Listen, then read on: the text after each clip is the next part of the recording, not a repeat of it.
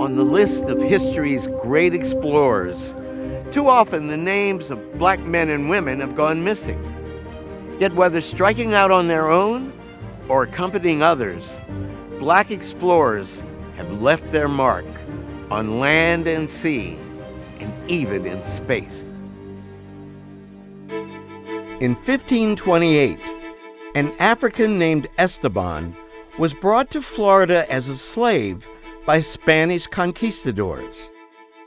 When their expedition failed, the survivors explored the American Southwest on foot for almost a decade. Esteban traveled well over 15,000 miles. He saw more of the continent than almost any other people before Lewis and Clark. About 4 centuries later, another African-American explorer would be one of the first Westerners to reach the far end of planet Earth.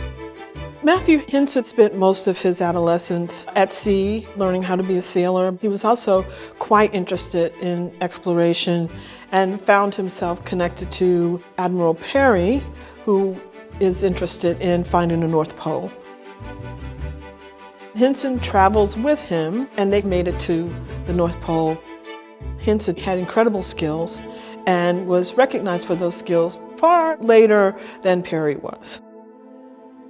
In the 20th century, black pioneers boldly explored even more daunting frontiers. In the 1980s, the space program was very popular with the American people. And it became clear that there were no African Americans in the astronaut corps. So there was a push to recruit African Americans. And in 1983, Guion Bluford became the first African American to go into space.